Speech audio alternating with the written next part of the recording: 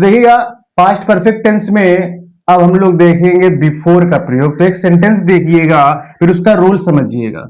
जैसे हम यहां से कह दें कि डॉक्टर के आने से पहले रोगी मर चुका था। जैसे मान लो ये सेंटेंस आ गया, तो देखिए हमेशा इसका रूल पहले आप लोग लिखिए। अगर पास्ट परफेक्ट टेंस का वाक्य हो और उसमें बिफोर का प्रयोग करना हो, तो ये जो बिफोर के बाद वाला सेंटेंस होता है, पहचान वाला सेंटेंस, ये बनता है हमारा पास्ट परफेक्ट टेंस पर, जो हमारा टेंस चल रहा है, मतलब सब्जेक्ट हेड मेन और थर्ड फॉर्म ऑब्जेक्ट पर, ये वाला सेंटेंस।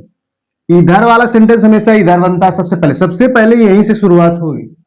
पहले हम इस वाले सेंटेंस को पास्ट परफेक्ट बनाएंगे, फिर इसके बाद लिखेंगे बिफोर। पहले के लिए क्या लिखेंगे? बिफोर।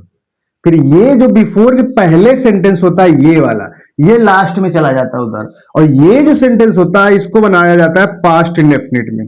टाइम बनाया जाता है पास्ट इंडेफिनिट टेंस में, ये चीज। तो देखिए ध्यान से देखिएगा, तो रोगी मर चुका था, तो रोगी, तो द पेशेंट, PATIENT हो गया पेशेंट।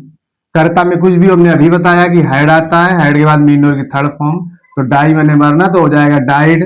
फिर इसके बाद बिफोर, तो आ गया आपका बिफोर, तो बन गया the patient had died before. अब इस वाले सेंटेंस को बनाएंगे पास्ट इंडेफिनिट, मतलब सबसे पहले सब्जेक्ट, तो द डॉक्टर, इसके बाद पास्ट इंडेफिनिट बनाना है, तो कर्ता के बाद मेन और की सेकेंड फॉर्म, तो कम बने आना, तो कम का सेकेंड फॉर्म क्या हो जाएगा? केम।